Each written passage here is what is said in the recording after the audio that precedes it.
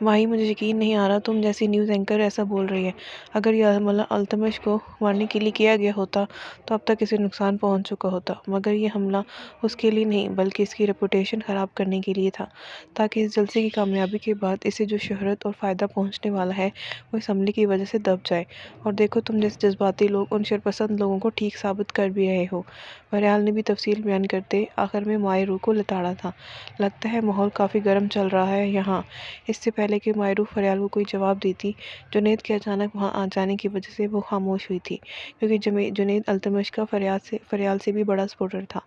بلکہ تم دونوں پاگل کزنز کے ساتھ سر کھپا کر میں اپنا دماغ ہی خراب کر رہی ہوں، کیونکہ تم دونوں کو میری بات اس وقت تک سمجھ نہیں آنی جب تک تم لوگ خود ان سیاستدانوں کا اصل چہرہ نہ دیکھ لو، اور آئی وش ایسا بہت جلد ہو۔ مائرو خود کو کول ڈاؤن کرنے کی کوشش کرتے بولی، سیم ہیئر، میں بھی چاہتی ہوں کم از کم التمش یدان کا اصل چہرہ تو سامنے آئے، تاکہ تمہیں بھی پتہ چلے کہ تم کتنی غلط تھی۔ فریال کا ہمیشہ اس کے ایک بات پر ہی اس سے اختلاف رہتا تھا۔ اچھا بس اب چھوڑو ان سیاستدانوں کو، قیوم سر اپنے آفس میں یاد کر رہے تم دونوں کو، فوراً پہنچو وہاں، کچھ امپورٹنٹ ڈسکس کرنا انہوں نے آپ لوگوں سے۔ جنید انہیں پیغام دیتا فریال کی کافی کمگ اٹھا کر ایک سپ لیتا وہاں سے اٹھ گیا تھا۔ فریال اس کی حرکت پر اور مائرو کی شرارتی مسکراہٹ پر فوراً لال ہوئی تھی۔ یہ رومانس دن بدن کوئی زیادہ نہیں بڑھتا جا رہا؟ مائرو شوخ بھری شرارت انداز میں اس کی جانب جھکتی سے چھیڑتے ہوئے بولی تھی۔ جنید فریال کا چچا زاد تھا، دونوں ایک دوسرے کو بے حد لائک کرتے تھے، مگر فیملی کے فریال کے ساتھ ریلیشن ٹھیک نہ ہونے کی وجہ سے جنید چاہنے کے باوجود ابھی تک گھر میں اس حوالے سے کوئی بات نہیں کر پایا تھا۔ شٹ اپ، ایسا کچھ نہیں ہے، فریال نے جھیم کر سر جھکایا تھا، جس کے جواب میں مائرو شوخی سے ہنس کر اسے مزید چھیڑتی وہاں سے اٹھ گئی تھی، جہاں اس کے باس اب شاید کوئی نیا پروجیکٹ اسے سونپنے والے تھے۔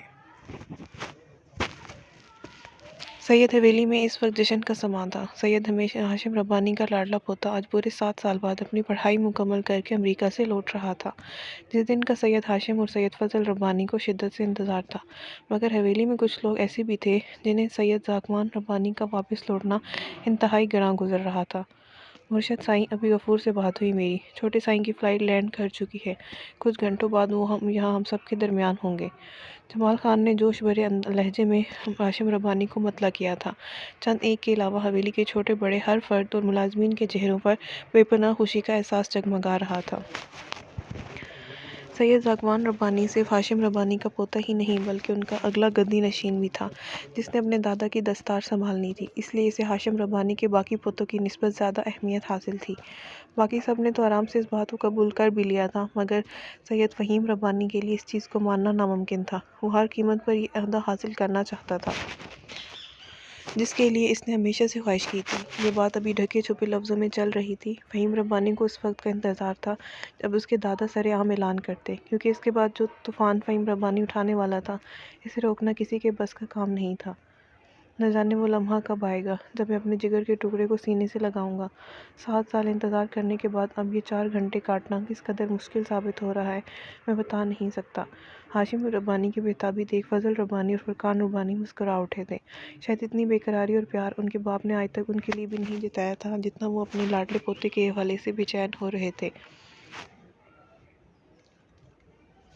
دادا سائیں پوتے کے آنے کی خوشی کے چکر میں اپنی طبیعت خراب کرنے کا ارادہ ہے کیا؟ میڈیسن لینا ہی بھول بیٹھے ہیں۔ نرمین ان تینوں کو ڈرائنگ روم میں بیٹھا دیکھ قریب آئی تھی۔ اس کے پیچھے ملازمہ ٹرے میں پانی کا گلاس اور میڈیسن رکھے اندر داخل ہوئی تھی۔ جب تک میری اتنی پیاری پوتی میرے پاس ہے میں بھلا کیسے بیمار ہو سکتا ہوں؟ ہاشم ربانی اس کے سر پر ہاتھ رکھ کر شفقت سے بولے تھے۔ جی ہمیں تو لگ رہا ہے آپ کا یہ پیار کچھ گھنٹوں کے لیے ہی ہے، آپ کے لاڈلے پوتے کے آتے ہی ہم تو آپ کو نظر بھی نہیں آنے۔ نرمین ان کی محبت پہ مسکراتی دوا ان کی جانب بڑھا چکی تھی۔ بیٹا یہ بات تو 100% ٹھیک کہی آپ نے۔ ہاشم ربانی بھی اس کے جواب میں شرارتاً بولے تھے، جبکہ فضل ربانی اور فرقان ربانی پاس بیٹھے خاموشی سے ان دادا پوتے کی نوک جھوک سے لطف اندوز ہو رہے تھے۔ NCP news channel کے جدید میٹنگ روم میں اس وقت وہاں کے ایم ڈی کی سربراہی میں انتہائی اہم موضوع زیر بحث رکھا گیا تھا، جس میں چینل کے سینئر اسٹاف ممبرز شامل تھے۔ جیسا کہ آپ لوگ جانتے ہیں کہ الیکشن کا وقت قریب آ رہا ہے، تو ہمیں ابھی اس سے ڈیسائیڈ کرنا ہوگا کہ ہم کس پارٹی کو زیادہ سپورٹ کرنا ہے، کس کا جیتنا ہمارے اور ملک کے فیور میں ہوگا۔ تمام جماعتوں کے حوالے سے تمام حقائق میں آپ کے سامنے رکھ چکا ہوں اور ان کی موجودہ پوزیشنز کے بارے میں بھی آپ آگاہ ہیں۔ تو کسی ڈوبتی کشتی میں سوار ہونے سے بہتر ہے اس کشتی کی جانب ہاتھ بڑھائیں جو سمندر کی منظور لہروں کو چیر کر کنارے پر پہنچنے کی طاقت رکھتی ہے۔ ایسا کرنے سے ہمارے چینل کو ناقابل یقین حد تک فائدہ پہنچ سکتا ہے۔ اقبال صاحب نے تفصیل بیان کرتے سب کی جانب دیکھا تھا۔ سب نے ان کی بات کے جواب میں تائیدی انداز میں سر ہلایا تھا۔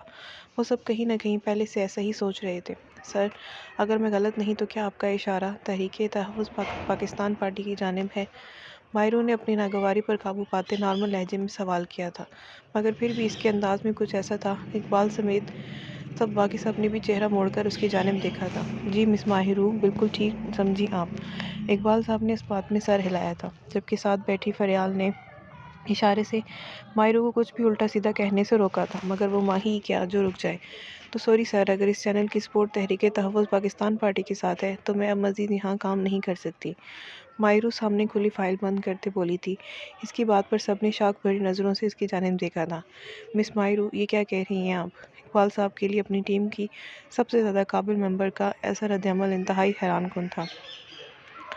سر، مجھے یہ چینل اور اس کا کام ملک کے باقی تمام چینل سے زیادہ معیاری لگا تھا، جس وجہ سے میں ہمیشہ اس کے ساتھ جڑی رہی، مگر جہاں تحریک تحفظ پاکستان کو سپورٹ کیا جائے گا میں مزید اس ادارے کا حصہ نہیں رہ سکتی۔ I am sorry.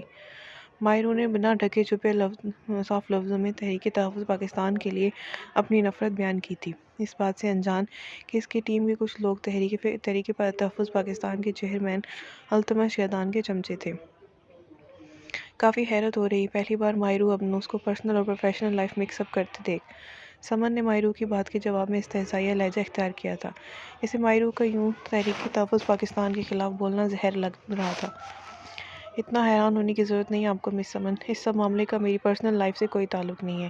جب سے اس فیلڈ میں آئی ہوں تحریک تحفظ پاکستان کے لیڈر التمش گیدان سے لے کر ان کے کارندوں تک کسی سے ملی تک نہیں ہوں، اور نہ آگے ایسا کوئی ارادہ رکھتی ہوں۔ اسی لیے اس پارٹی سے جڑنے سے پہلے ہی یہ چینل چھوڑنا چاہتی ہوں۔ مجھے اس کرپٹ سیاستدان کو بالکل بھی سپورٹ نہیں کرنا چاہتی جو عوام کا خون چوس کر ترقی کی منزلیں طے کرنا چاہتا ہے، جسے لوگوں کے مسئلے سننے اور حل کرنے تک آج تک نہیں دیکھا گیا۔ ہاں، مگر وہ اپنے جلسوں میں خود گارڈز کی آڑ میں چھپ کر غریب عوام پر گولیاں چلوانے کا بے حد شوقین ہے۔ میں ایسی کی شان میں قصیدہ گوئی مر کر بھی نہیں کر سکتی، جو کہ اس چینل کے ساتھ جڑے رہنے کی وجہ سے مجھے کرنا پڑے گا۔ اس لیے میں ایسی نوبت آنے سے پہلے ہی اس چینل کو خیر آباد کہنا چاہتی ہوں۔ مائرو کے لہجے میں تحریک تحفظ پاکستان پارٹی اور اس کے لیڈر کے لیے ناگواری صاف جھلک رہی تھی۔ آپ نے ان کے بارے میں جو باتیں کی ہیں اور الزام لگائے ہیں، کیا آپ کے پاس اس حوالے سے کوئی ٹھوس ثبوت موجود ہے؟ مائرو کی پوری بات نہایت تحمل سے سننے کے بعد اقبال صاحب بولے تھے، میرے پاس کوئی ثبوت نہیں ہے، مگر میں یہ دعوے کے ساتھ کہہ سکتی ہوں کہ تحریک تحفظ پاکستان پارٹی اتنی پائیدار بالکل بھی نہیں ہے ان کے ہاتھوں میں ملک کی باغ دوڑ تھمائی جا سکے۔ مائرو نے نفی میں سر ہلاتے جواب دیا تھا۔ ایک نیوز اینکر ہو کر بنا کسی ثبوت کے آپ کسی کے خلاف اتنی بڑی بات کیسے کر سکتی ہیں مس مائرو؟ آپ جیسی مستقبل کی جرنلسٹ کے منہ سے ایسی باتیں کافی مضحکہ خیز امر ہے۔ اقبال صاحب کی بات کے جواب میں مائرو کچھ دیر کچھ بول ہی نہیں پائی تھی، جبکہ باقی سب خاموش بیٹھے ان کی باتیں سن رہے تھے۔ ہم میڈیا والوں کا تو کام ہی یہی ہے، لوگوں کے سامنے ہر بات ٹھوس ثبوت اور تمام حقائق کے ساتھ رکھیں، نہ کہ خود ساختہ سوچوں کے زیر اثر رہ کر بنا حقیقت جانے ایک ہی چیز میں اٹکے رہیں۔ آپ کے مطابق بہت سے لوگ یہی سمجھ رہے ہیں کہ تحریک تحفظ پاکستان پارٹی ایک پائیدار پارٹی نہیں ہے، مگر وہ کھل کر سامنے کیوں نہیں آ رہے؟ کیونکہ ان کے ڈاؤٹس اس حوالے سے مکمل طور پر کلیئر نہیں ہیں۔ تو کیا آپ ان کے ڈاؤٹس کلیئر کر کے التمش گیدان اور اس کی پارٹی کے سپورٹر کم کر سکتی ہیں؟ اقبال صاحب اپنی اس پارٹی ممبر کے ٹیڑھے دماغ سے اچھی طرح واقف تھے، اسی لیے وہ اسے اسی کے انداز میں ٹیکل کر رہے تھے۔ سب نے حیرت بھری نظروں سے اقبال صاحب کی جانب دیکھا تھا۔ سر، ہم تو التمش گیدان کو سپورٹ کرنے والے ہیں نا، تو پھر ایک ٹیم ممبر ان کے خلاف کیسے؟ جنید اپنی حیرانگی کا اظہار کیے بنا نہیں رہ پایا تھا۔ جی، ہم سب التمش گیدان اور ان کی پارٹی کو سپورٹ ہی کریں گے، مگر مس مائرو ان کے خلاف کام کریں گی۔ کیا پتہ یہ جو کہہ رہی ہیں وہ سچ ہو، اس طرح بھی ہمارے چینل میں کافی فائدہ پہنچ سکتا ہے، کیونکہ اگر کوئی اور پارٹی ہمیں عوامی لنک کا سپورٹر سمجھ کر ٹارگٹ کرے تو ہم انہیں مس مائرو کا کام دکھا سکیں۔